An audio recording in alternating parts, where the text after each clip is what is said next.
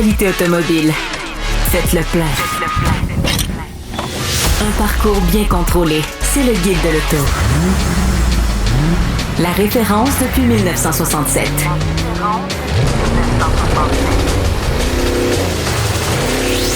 Le Guide de l'auto. Dernière émission du Guide de l'auto en 2025. Bienvenue encore une fois en compagnie de mes collègues Louis-Philippe Dubé, Hugues Gonneau. Salut les gars. Bonjour. Salut. Hey, je remarque ça, on est habillés pareil comme la semaine passée.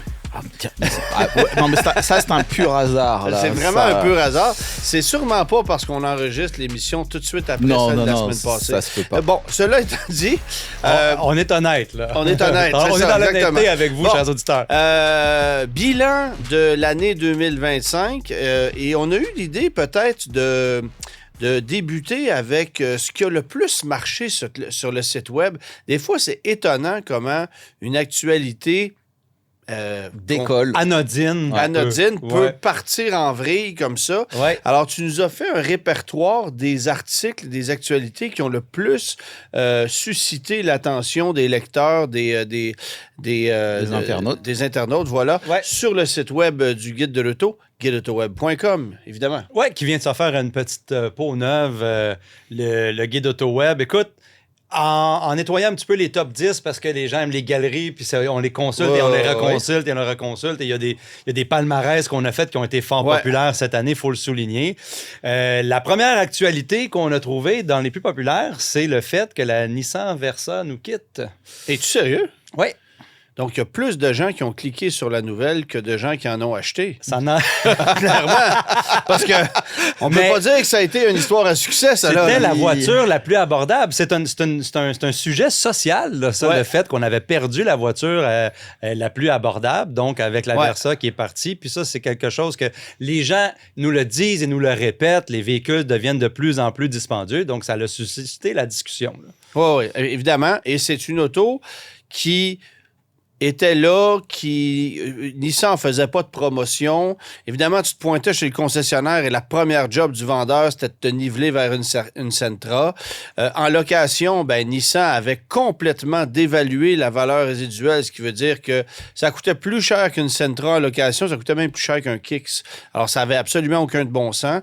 Alors, c'était soit tu l'achètes, soit tu passes à autre chose. Puis, évidemment, dans ce genre de véhicule-là, on cherche le plus petit paiement possible. Ça a été stratégiquement mal vendu. Et on avait espoir chez Nissan avec cette auto-là qu'on puisse reprendre le flambeau de la Micra. Mais c'est pas ce qui est arrivé. Parce que la Micra avait un petit cachet très sympathique. Très européen. Alors que cette voiture-là... C'est une vraie voiture de ville. Là, on est déjà sur un truc un petit peu plus gros, un peu plus polyvalent. C'est surtout que c'est un peu le même principe qu'une Sentra. En format plus petit. Non, tout à fait. Alors que la Micra, c'était complètement autre chose. Exactement. C'était une première voiture à 10 000 là, à l'époque. Là, oui, puis c'est une auto qui faisait sourire. C'est une auto qui avait une âme, qui était le fun. Bon, là, c'est pas ça. C'est plus générique. Mais surtout, c'est qu'on n'a pas su travailler efficacement pour la vendre. C'est comme si on n'avait pas eu d'intérêt de la commercialiser, cette voiture-là. Alors, voilà, elle est disparue. On a tiré la plug. Au moment où on renouvelle aussi la Sentra. Alors, ça fait un changement de gamme considérable pour Nissan en 2026, mais surpris que ça ait marché tant que ça sur le site web. Oui, quand même. Justement, c'est des questions que les gens se posent. Et on est tous déçus un peu de perdre nos véhicules abordables. On peut pas passer faire un bilan de 2025 sans parler de tarifs douaniers. Ah non? Alors, l'une des maintes actualités qui a été consultée, c'était un peu un article qui parle des véhicules américains assemblés aux États-Unis qui perdaient du terrain au Canada.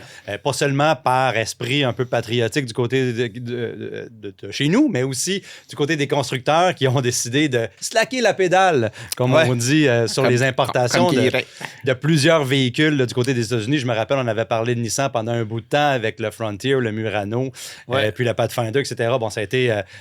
ça a recommencé, mais tous les constructeurs qui assemblent des véhicules aux États-Unis ont eu une espèce de moment là, où est-ce que, je pense juste à Tesla même, là, qui a dû changer la façon où est-ce qu'on assemble et on importe des véhicules au Canada. Donc ça a été un article très populaire. Ouais. Bon, ensuite de ça... Ensuite de ça, c'est le fameux week-end où est-ce qu'on a vendu 8600 Tesla. Dans un concessionnaire à Québec. Et que tout le monde a pris livraison de ces Tesla. Ça, là, pour utiliser un terme québécois bien connu, ça sentait la crosse. Non. Mais pas la Biowick, là. Pas la Biowick. Non. On s'entend-tu qu'on nous en a passé une vite? D'ailleurs, je pense que c'est toujours en cours. Hein? Écoute, ça a été mis un peu, là... Évidemment, complètement sous silence. Sous silence. On a dit, je pense que la dernière fois que j'ai lu, c'est on n'a pas trouvé encore d'intention là, qu'il y aurait eu fraude ou quoi que ce soit, mais on n'a plus jamais entendu parler. Donc, c'est surtout que t'avais beau nous dire qu'il y avait du backlog puis qu'on a travaillé bien fort dans la fin de semaine.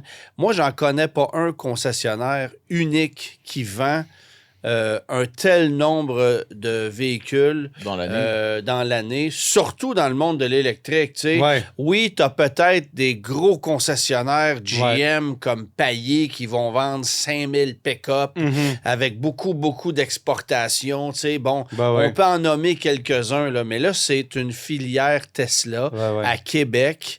En un week-end. Un backlog extraordinaire. Là, même en une année, ça se peut pas. C'est ça. Déjà, non, puis alors en un week-end, c'est humainement impossible. Je veux dire, c'est physiquement le temps de remplir les papiers puis ben, c'est ça. Ça se peut pas. Il y a eu l'information. Plus que ça, t'essaieras de stationner 3000, je sais pas combien de véhicules dans le stationnement à Québec. Vas-y, mon gars. Sur le bord de la 40, là. Moi, j'ai regardé le stationnement, je regardais ça, puis d'après moi, si t'en rentres 150, c'est beau, là. T'es content, tu m'étonnes. Tu sais, c'est ça.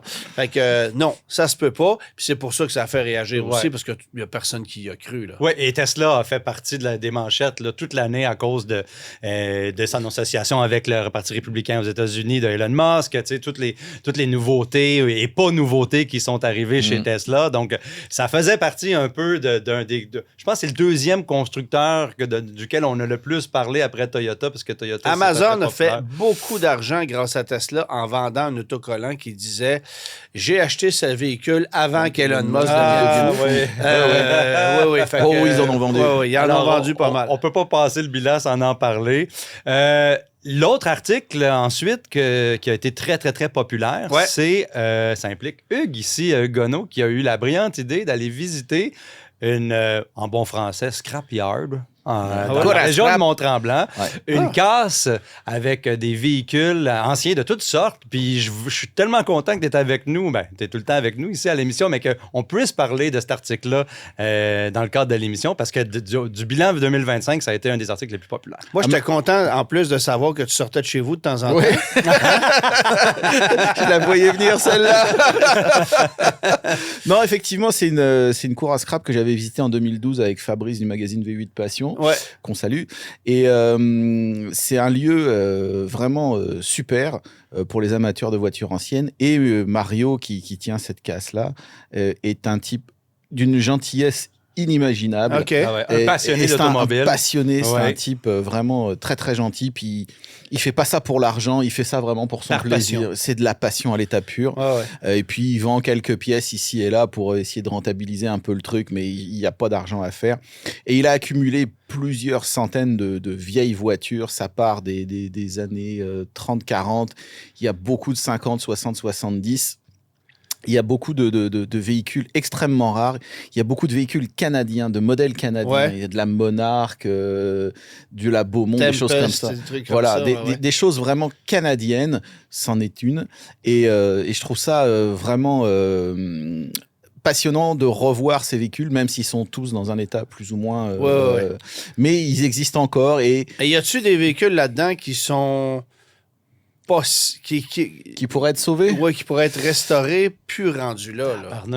Il y en a peut-être trois. Il n'y a rien qui se fait pas, tu vas me dire. Oui, il y en a rien qui se fait pas, mais je te dirais que ces voitures-là aient été mises de côté.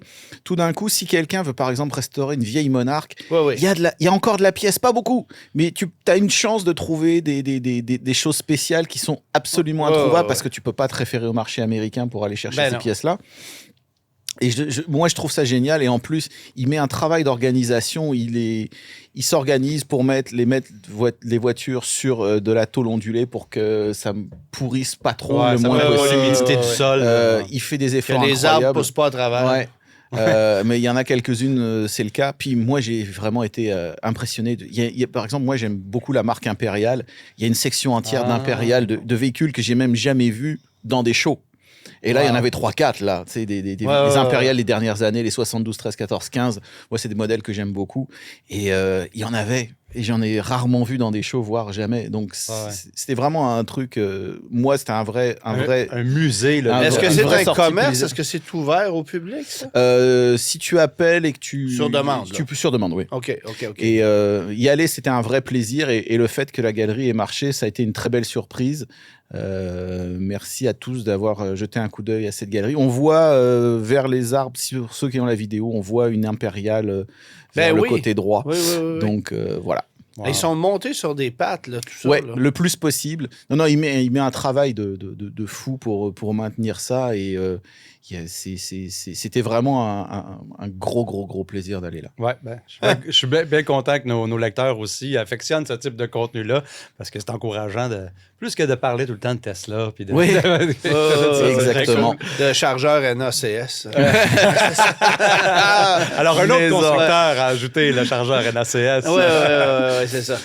Parlant de constructeur de véhicules électriques, l'autre actualité qui est un petit peu plus basse, c'est le fait qu'on a donné des gros rabais sur le Volkswagen ID Buzz. Oui, hein? Oui, c'était 21 000 $ de rabais là, à cette époque-là. En fait, c'est un rabais équivalent au prix d'une Nissan Versa. Alors, ça vous donne une idée. Mais en vérité, les gens en ont pas plus acheté. Non, c'est ça. C'est un autre exemple. C'est que le ID Buzz, malgré les rabais, bon, d'abord, c'est vraiment un doigt d'honneur à ceux qui ont payé ça 89 000 $. Mais après avoir mis des rabais de 15, 20, 25 000 $, ce qu'on constate, c'est que ça se vend pas plus. Ouais. Donc, dans la catégorie des échecs commerciaux flagrants de 2025, là, le ID Buzz en fait partie. Oui, c'est arrivé en 2024, mais au début, on nous faisait croire qu'il y avait l'engouement des premières heures, etc., qu'il y avait une disponibilité limitée. Rapidement, on s'est rendu compte que tout le monde est allé chercher son dépôt et que plus personne s'y est intéressé. Et moi, j'ai un ami qui en a acheté un comme véhicule promotionnel.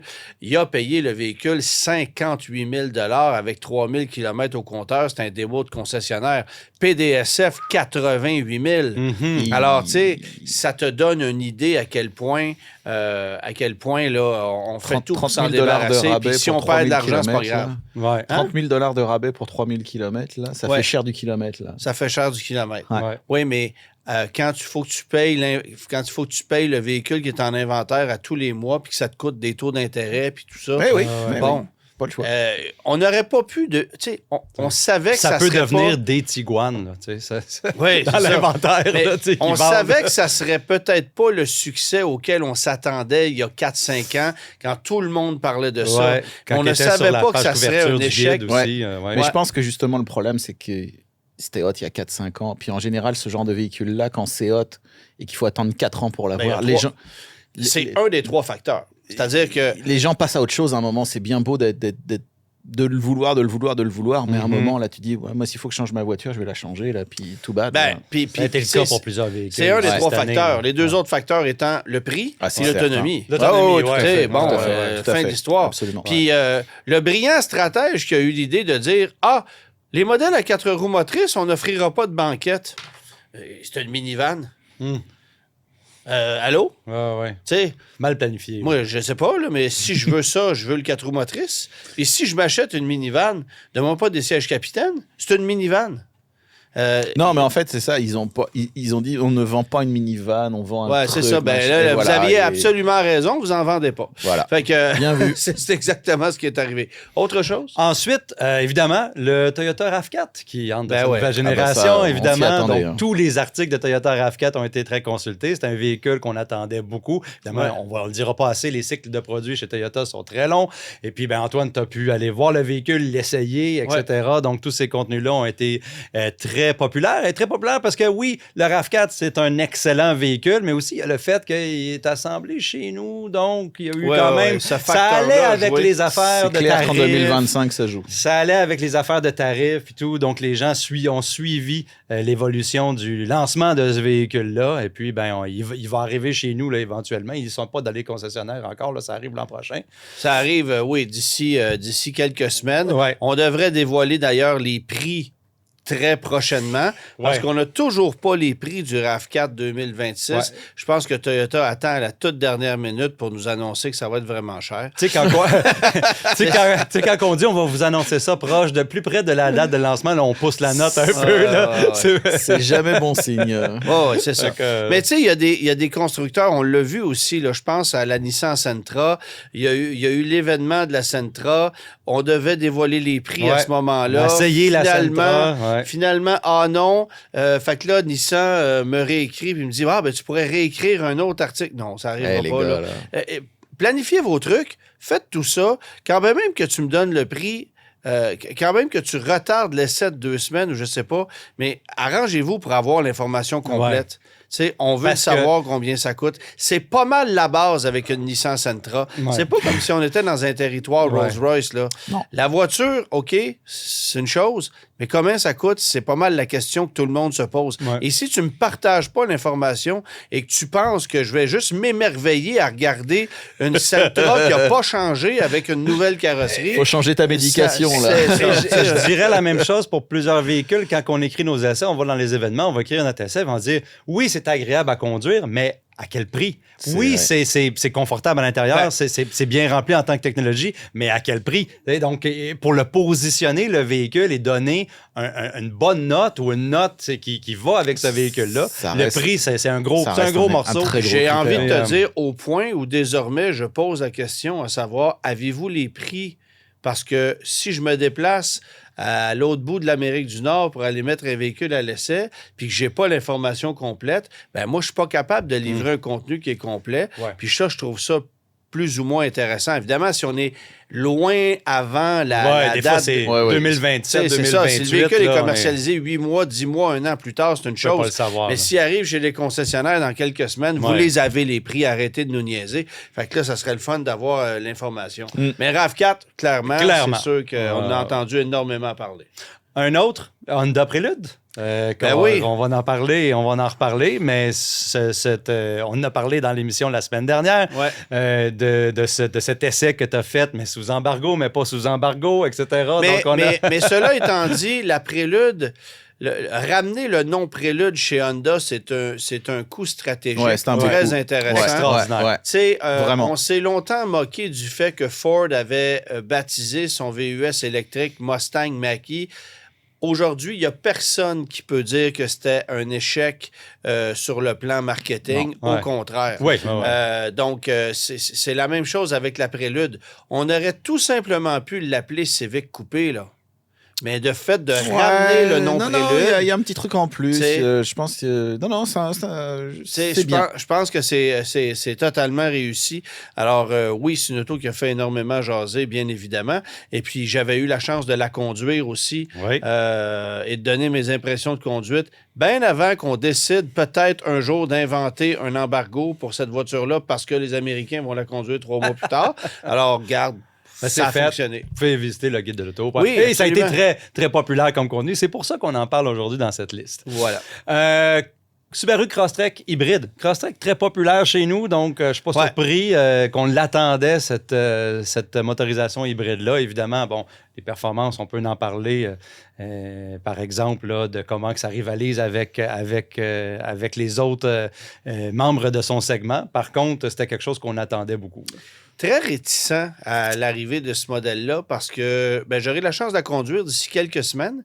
Cela étant dit, à 45 000 $, je commence à trouver qu'on pèse fort sur le crayon. Et ce qui est dommage, c'est que c'est la version la plus luxueuse qu'on propose avec la motorisation hybride.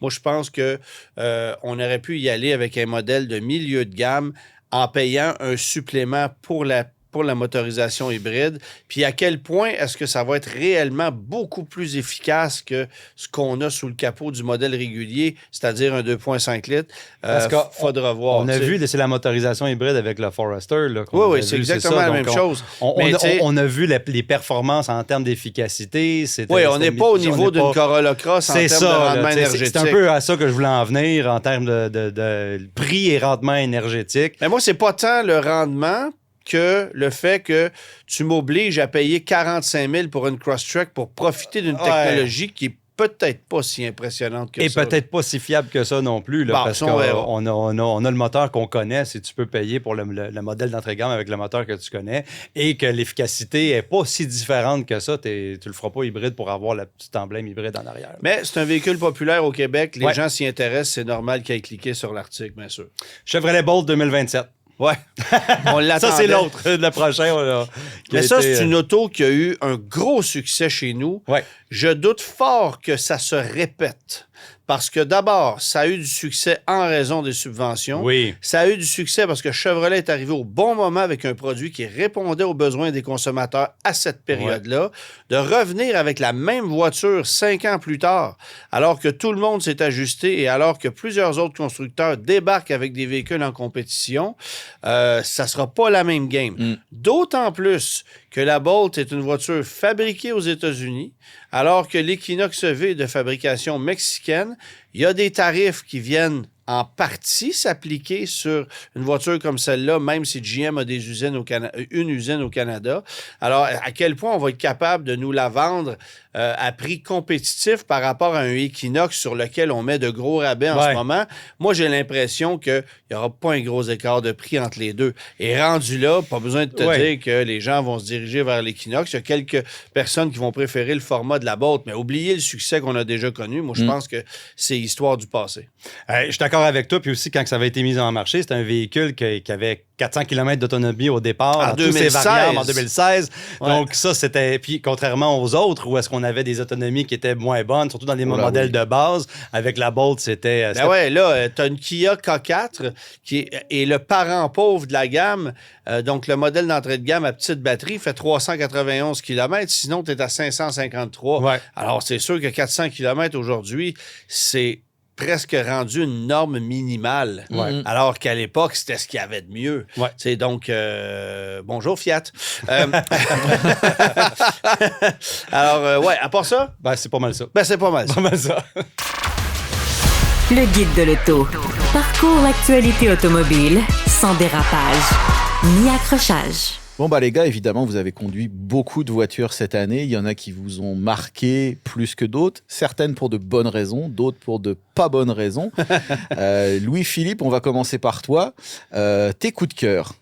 J'en ai quelques-uns. C'est sûr qu'on a conduit beaucoup de véhicules électriques. Des véhicules électriques qui vont être dans on peut dire une prochaine génération là, de véhicules après cette année. Un qui m'a impressionné beaucoup, c'est le BMW iX3. Parce que c'est la Neue Klasse, hein, c'est celle qu'on a eue sur la couverture du guide de l'auto, qu'on a parlé, et le BMW nous l'a effeuillé là, bien comme faut.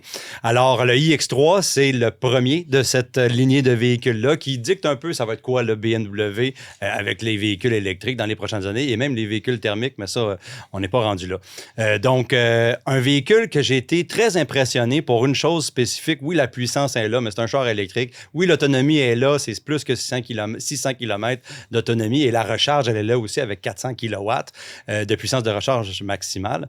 Mais qu'est-ce que j'ai trouvé le plus cool? C'est que BMW a choisi de mettre une suspension traditionnelle sur le véhicule, c'est-à-dire ressort amortisseur. Quand on va avec des véhicules de ce poids-là, souvent, ou de ce calibre-là, ce prix-là, on va souvent choisir des suspensions pneumatiques qui ont tendance à, je vais dire, rendre une conduite un petit peu fausse, là, un petit louvoyer. peu plus... oui aussi, puis simuler une conduite plus que fournir un agrément. Tu reviens à des sensations plus BM. Un peu plus BM et que les des ingénieurs de châssis ont été capables de cacher le poids extraordinaire de ce véhicule-là. Mais ça, c'est déjà un point qu'on avait constaté sur la i4, sur certains exactement. autres voitures. Oui, je l'ai mentionné dans mon essai. La beauté des BMW électrifiés, c'est ça, c'est que tu sens pas la masse. Oui. Alors, j'ai vraiment hâte de voir la berline qui va suivre là, dans les prochains mois. On va la voir. Ça va être quelque chose d'extraordinaire parce que justement, là, c'est un utilitaire, mais pour les amateurs de la marque BMW, de savoir qu'on est capable d'émuler la conduite et l'ADN, là, j'ai trouvé ça vraiment cool avec le iX3. J'ai hâte de voir les prochains véhicules. Il y a un autre véhicule électrique qui t'a beaucoup plu aussi cette année. Pour les mêmes raisons, le Ioniq 6N. Après avoir conduit le Ioniq 5N, je pense qu'Hyundai a fait une belle job dans les mêmes ordres d'idées, c'est-à-dire d'être capable de donner ce qu'on appelle en bon français du feedback. C'est quelque chose qui manque dans le monde des véhicules électriques, des sensations, de la rétroaction dans le volant, etc. Donc, ces véhicules-là... Qu'est-ce que c'est laid? La regarde aller sur la piste, là. Quand même. J'aime mieux la Ioniq 5N en tant que produit, pour le look, mais c'est exactement le même groupe motopropulseur, la même affaire. Les deux véhicules sont identiques, fait qu'on peut parler des deux. J'ai trouvé qu'on a fait... Il y a beaucoup de gadgets dans le véhicule pour la drift, les affaires comme ça, qu'on n'a pas nécessairement de besoin. Moi, j'ai pu passer du temps à bord du GV60 Magma. Ouais. Même, qui est pratiquement la même affaire. Mais tu sais, je suis d'accord avec toi parce que ça démontre à quel point les ingénieurs sont capables de faire un travail exceptionnel. Ouais. J'ai juste une réticence. Qui a demandé ça? Et surtout... Qui va acheter ça? Parce mais je pense qu'en fait, c'est même pas, ça fait partie du budget marketing. On parle de Hyundai, on parle de ces véhicules électriques. Et, en fait, je pense que c'est très positif. Parce qu'on s'entend, là, ça n'a pas d'autonomie. Ouais, c'est 370 km. Là, on n'est pas dedans. La raison pour laquelle que je l'ai mis sur la liste, c'est que ça me donne espoir dans les prochains véhicules électriques ou la prochaine génération de véhicules électriques qu'on a trouvé. On a trouvé une façon là, de donner un peu de sensation au volant et de contrôler ce poids-là. Et justement, etc. En parlant de sensation, tu vas aussi nous parler d'une machine à sensation pure. Là. Ah, oui, la Porsche 911 GT3 Touring, dans sa variante Touring. On en avait parlé ici là, à l'émission. J'avais pu essayer un exemplaire d'une couleur verte extraordinaire avec des roues dorées. Donc ici, c'était cet exemplaire-là par un bel après-midi d'été. Écoute, il y a un véhicule de 300 000 $, évidemment, mais c'est juste que le fait qu'on est capable encore dans le monde d'avoir une voiture à propulsion avec un moteur atmosphérique, une boîte manuelle. Là, je ferme mes yeux en parlant là, parce que c'est les frissons là, dans le dos ici, juste là. Un peu. Ouais. Il est en prière, là. Il est en... Et d'avoir une connexion avec cette voiture-là qui est, bon, si je parle de rétroaction ou de sensation au volant que les véhicules électriques, OK, on n'est pas encore rendu là, mais avec la GT3, c'est l'ultime. Non, mais ça fait faire un avec la machine. S'il y avait une 911 à acheter, bon, il y a la 911T là, que j'adore et que à moitié du prix de ça, oui, go, tout thumbs up, comme on dit à l'émission. Mais pour la GT3, d'avoir eu l'occasion d'avoir... 911T, c'est tellement fantastique. C'est tellement cool. C'est de la conduite à l'état pur. C'est une puissance qui est plus facilement gérable. Tu en as en masse pour avoir du plaisir sur les routes. Plus légère que le modèle de base, mais avec le même moteur. Puis la boîte manuelle. Puis, c'est moins sonorisé à l'intérieur. On s'en fout. C'est vraiment la GT3 pour quelqu'un qui a juste 170 000 $ pour une Porsche. Donc, de plus. Je veux dire juste 170 000 $. La Porsche GT3, je vais te dire à peu près 300 000. Donc, c'est ça. On est là. Puis taxe de luxe, puis voilà. C'est ça. Fait qu'apraprès tes coups de cœur, on va passer à tes coups de hache. Le premier, le premier est un véhicule électrique de luxe. L'Acura ZDX. Oui, exactement, l'Acura ZDX. Bon, l'Acura ZDX, qui est un dérivé du Blazer, qui a été un dérivé du Prologue, qui s'est inséré dans la gamme Acura avec le ZDX.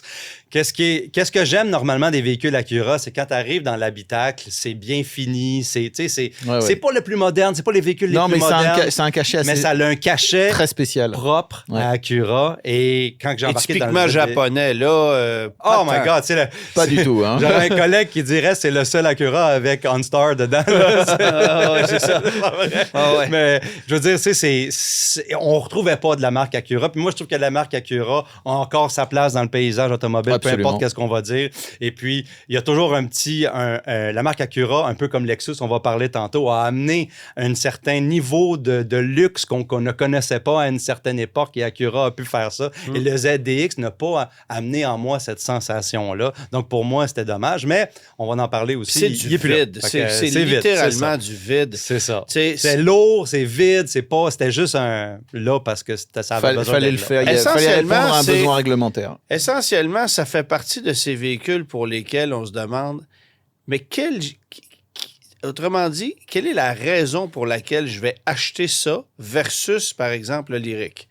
Il n'y a rien au monde qui justifie que tu ailles chez Acura pour acheter ça quand tu peux acheter un Lyriq chez Cadillac, qui est la même chose, mais qui est un vrai produit de General Motors, que tu vas pouvoir faire réparer par des techniciens qui connaissent le véhicule et qui est vendu par un constructeur qui a un intérêt à le vendre. Là, c'est pas ça. Là. Non. C'est pas ça. Et c'est probablement le cas du prochain véhicule dont tu veux nous parler aussi. Ah oui! Parce que ça aussi, il n'y a pas grand-chose qui justifie d'aller chez Nissan pour se le procurer. Le Nissan Rogue PHEV que j'ai essayé pas plus tard qu'il y a 2 semaines de ça, écoute... C'est un Nissan Michi Roguelander. C'est comme ça qu'on l'appelle. Toi, tu y tiens, là, t'es collé là-dessus. Roguelander. Écoute, il n'y a pas de mauvais véhicules sur cette liste-là. Évidemment, les mauvais véhicules... ça n'en est pas un. Ça n'en est pas un parce que c'est une technologie qui est sur le chemin depuis vraiment longtemps. Ça va bien. Le volet électrique du véhicule est excellent. Le volet thermique est un petit peu vieillissant, un petit peu moins efficace.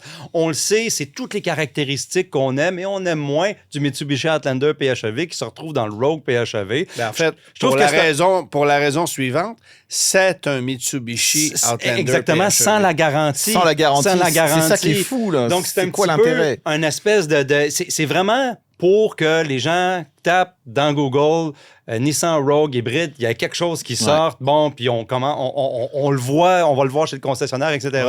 Pas un mauvais véhicule, juste... Il est là, puis on se dit, qu'est-ce qui va arriver après? C'est la technologie e-Power. On en a parlé la dernière fois. Ça s'en vient, mais ça ne sera pas le même type de technologie. Ça ne sera pas un hybride enfichable. Ça va être un hybride régulier. Donc, pour ça, je trouve que c'est un véhicule qui est un petit peu bizarre, je pense, cette année. Autre véhicule électrique qui t'a pas beaucoup plu, c'est l'Audi A6 e-tron.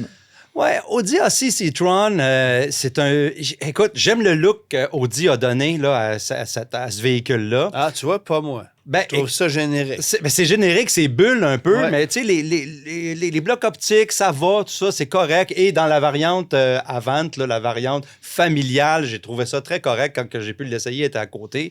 C'est juste que je trouve que chez Audi, avec la berline ou la voiture intermédiaire, on a perdu l'essence de la marque. Tellement. Qui était...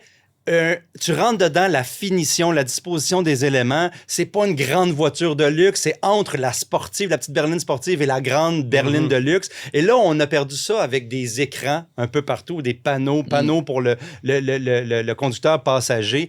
Oui, c'est performant, mais la rétroaction n'y est pas comme dans les 2 véhicules que j'ai mentionnés tantôt. On va pas...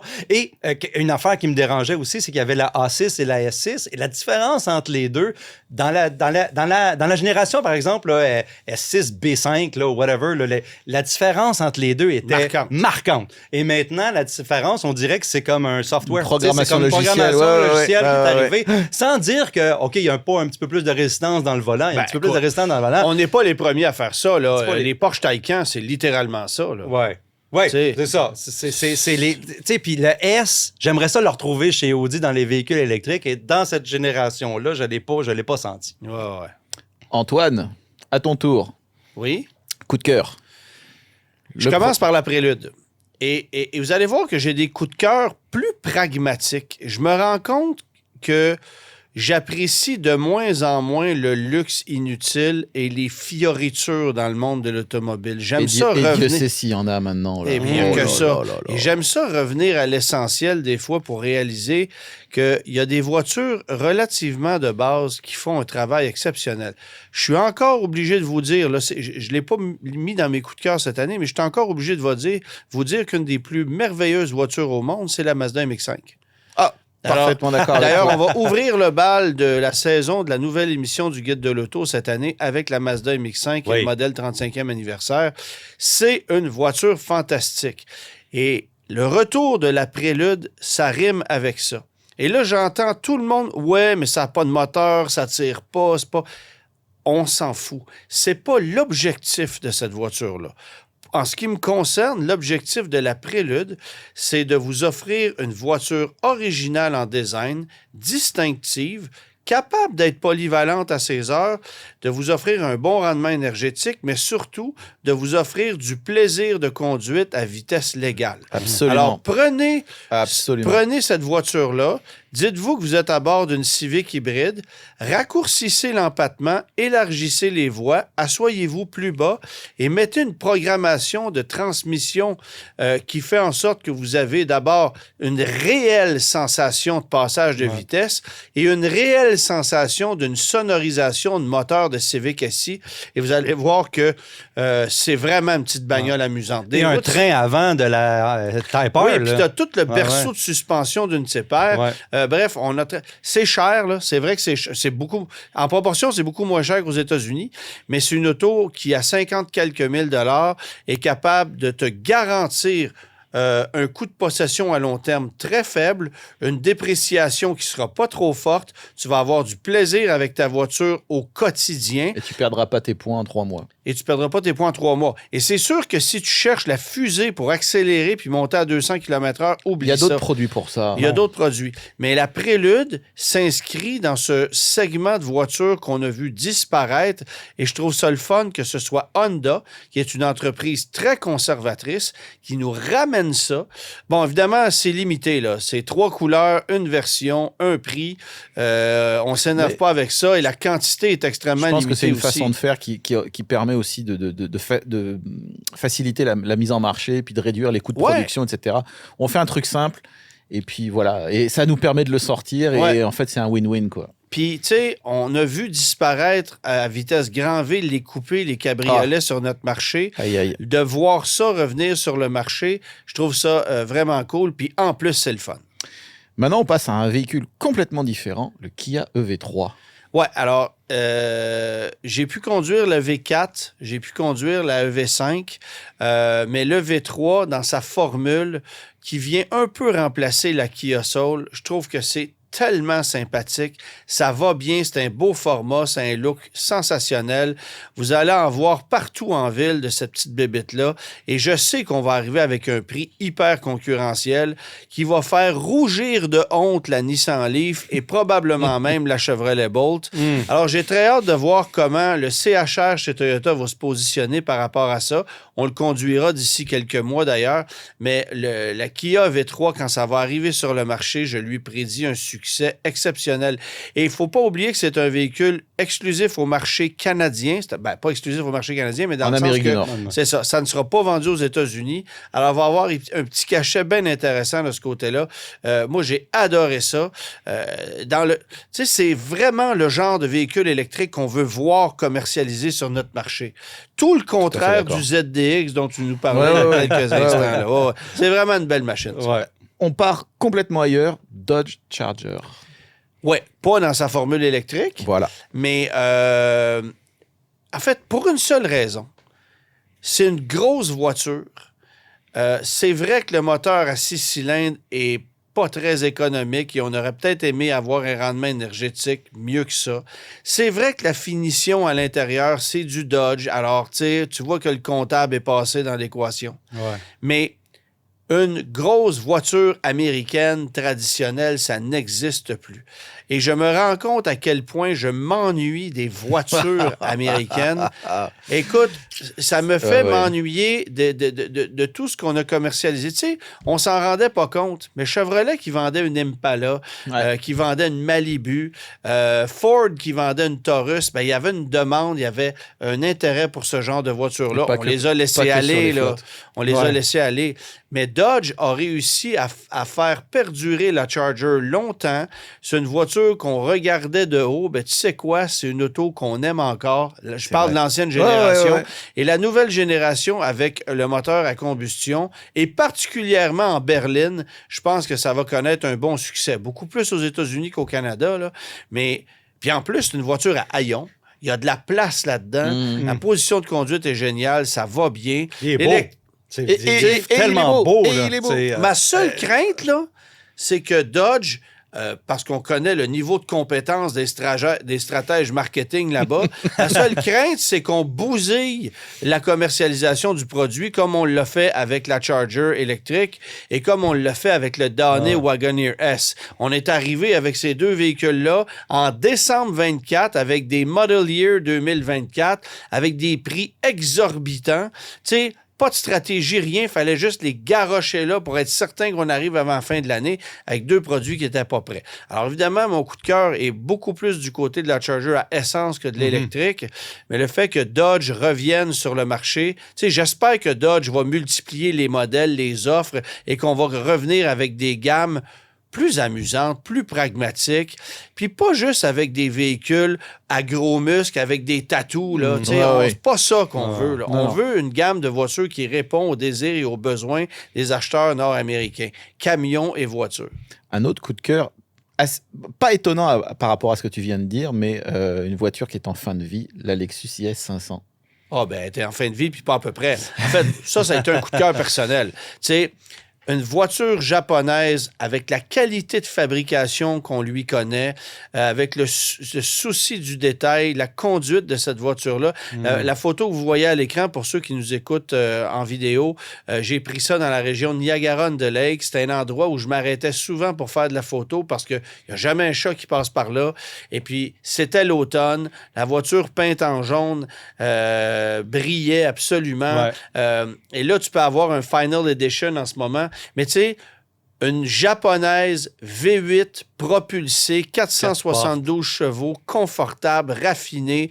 Ça me faisait rigoler aussi parce que c'est encore une des seules voitures avec un lecteur CD. Ouais. Et la petite horloge analogique. J'ai configuré ça en ligne. Je me suis demandé si je m'en achetais pas une tellement j'adorais ça. Ouais. C'est vraiment une bagnole qui est sous le radar. Les gens connaissent pas ça. Et toute la gamme IS, d'ailleurs, c'est encore mais oui, là. Mais ça, c'est autre chose. Là. On est ailleurs. La 500, on est ailleurs. Mais j'ai jamais nécessairement aimé le rouage intégral du IS. Okay. Il y a des compromis. Là, il n'y en a pas de rouage intégral. C'est une propulsion. C'est un V8.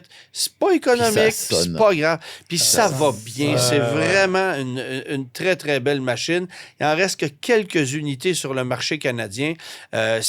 Allez essayer ça, vous allez voir, vous ne serez pas déçus, même si c'est très vieillot au niveau de la conception. Toi aussi, d'ailleurs, tu as eu un coup de cœur Lexus. Oui, Lexus cette année, là, parce que je veux le rajouter à cause qu'on en parle, la LS 400. En fait, on a célébré plusieurs fois cette année le 35e anniversaire de la marque Lexus au Canada.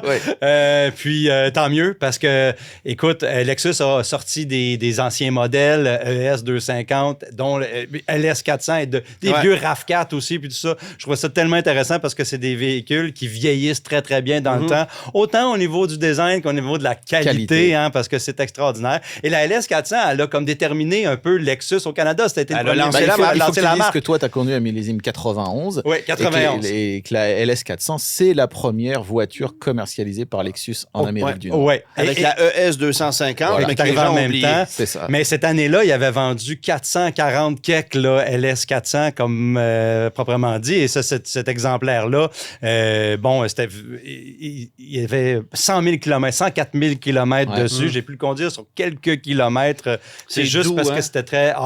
c'est encore... c'est la grande berline qui a fait qu'il y avait... en Amérique du Nord, on pouvait dire c'est possible d'avoir ça. Ouais. C'est différent des voitures nord-américaines. Et à ce prix-là et à cette qualité-là. À ce prix-là, cette qualité-là. Non, puis attends, il faut se remettre à l'époque où Mercedes commercialisait une 560 SEL vieillissante. Et là, tu arrivais à la moitié du prix avec une bagnole qui faisait mieux partout que ce que Mercedes proposait. Et sans prétention. Et c'est ça qui était tellement... C'était pas une berline prétentieuse, juste très confortable, performante performante, oui. Pour l'époque, relativement oui. pour l'époque, oui, là, mais moi, j'embarquais encore dans ce véhicule-là, puis on dirait que le new car smell est encore là, ça sentait encore c'est ça la qui est Lexus fascinant dans cette neuve, voiture. donc, La qualité de cette bagnole-là, c'est hallucinant. Un moment marquant de mon année, certain. Fait que, Antoine, maintenant, on va passer au coup de hache. Tu as déjà mentionné ce véhicule il y a quelques instants, Wagoneer S. Oui, Jeep Wagoneer S, c'est un échec commercial sur toute la ligne. C'est un véhicule qui n'était pas prêt pour la commercialisation. Je suis tombé en panne avec ça.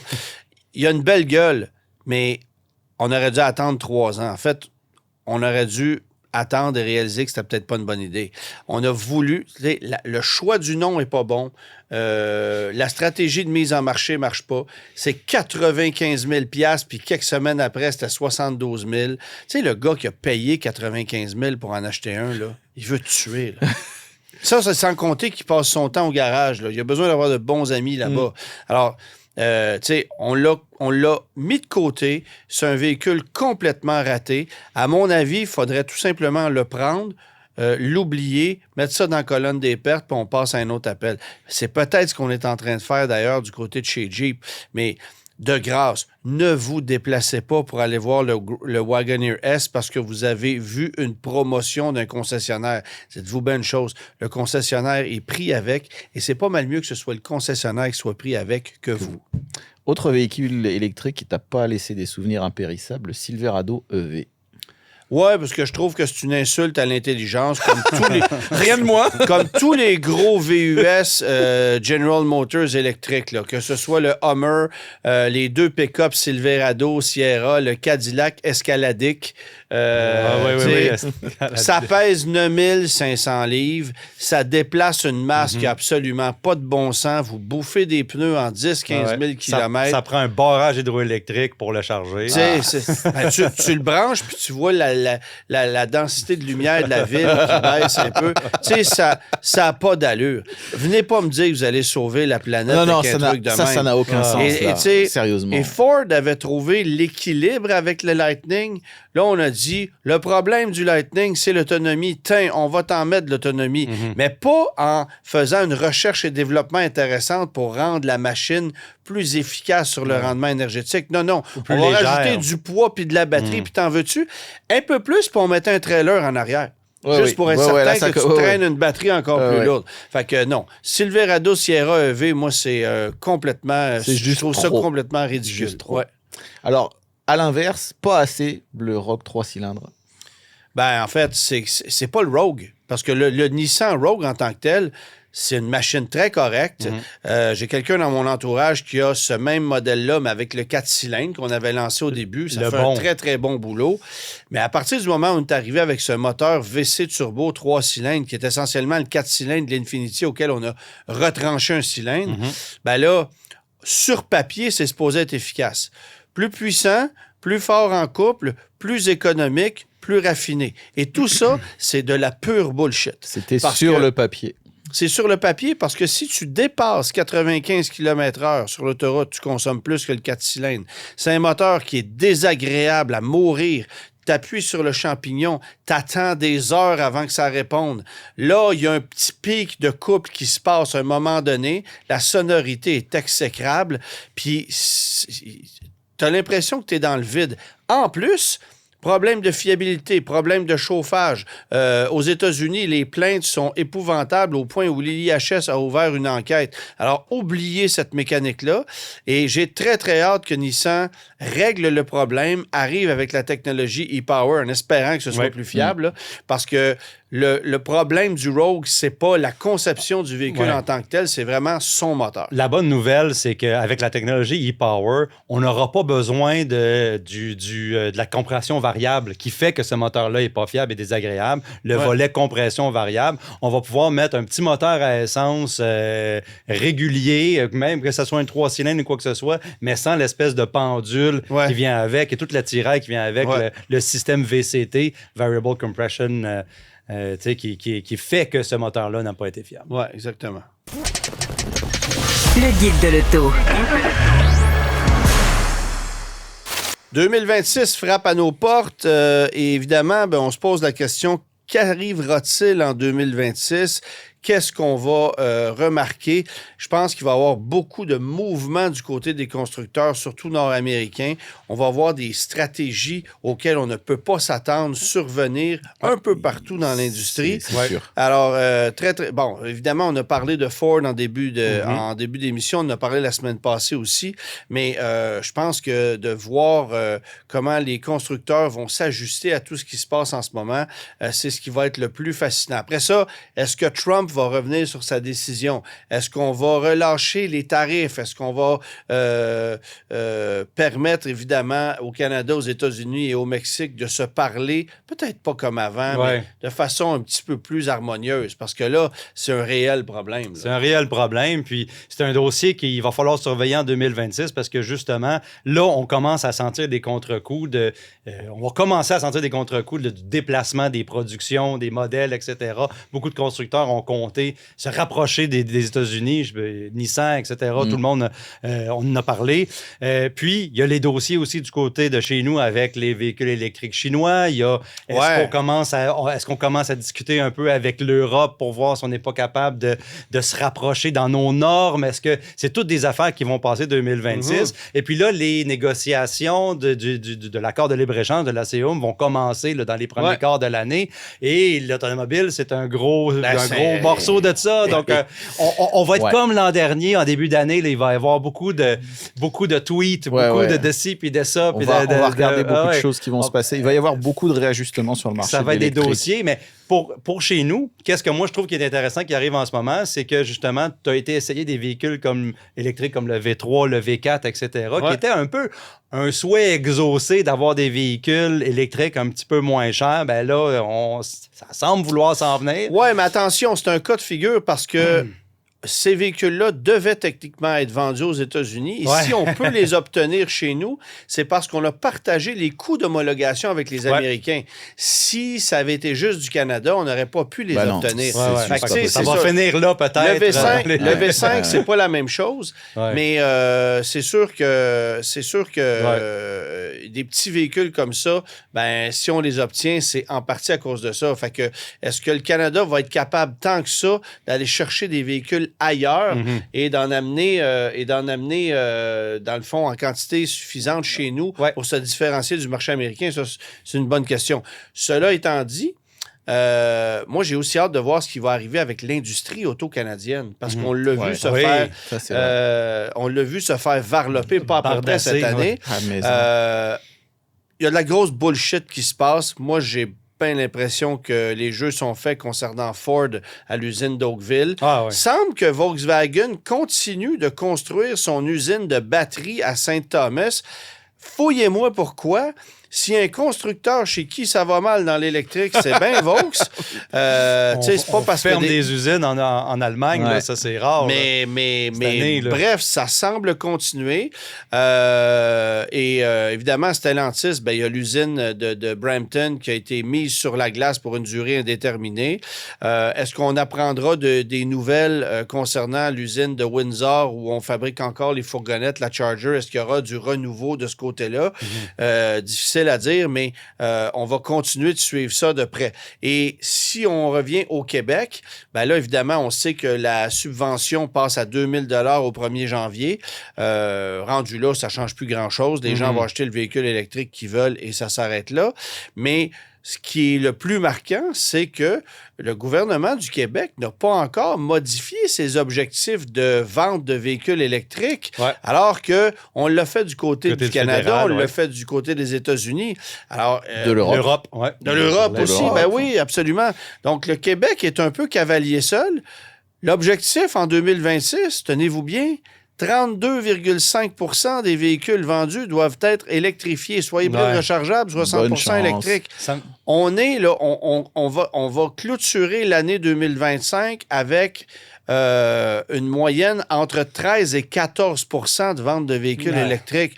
On est loin du compte, pas à peu près. Alors, comment est-ce qu'on va faire?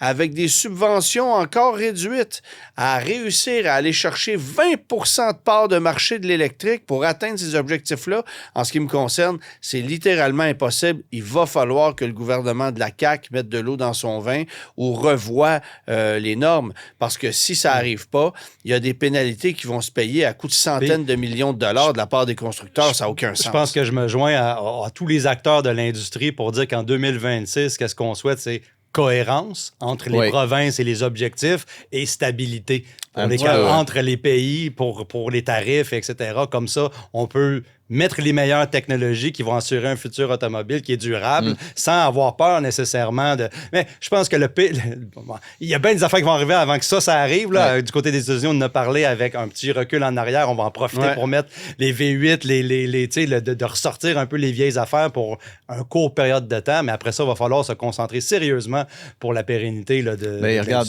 moi, il y a un autre facteur qui est, à mon avis, très important. C'est continuer la montée en puissance des constructeurs chinois qui vont déstabiliser beaucoup de marchés, beaucoup de marques qui vont rebattre les cartes dans de nombreux secteurs. Et ça va être quelque chose qui va être à surveiller. On n'a pas encore de véhicules chinois aujourd'hui, mais jusqu'à quand? Et quand on voit ce qui se passe en Europe actuellement, on a des raisons d'être inquiets. Absolument. Alors, d'ici là, on vous souhaite un très joyeux temps des fêtes, une bonne année 2026. On se retrouve en janvier. Merci d'avoir été là tout au long de l'année et au plaisir. Joyeux temps des fêtes à tous. Tous les épisodes du Guide de l'auto sont disponibles en podcast sur l'application et le site cube.ca.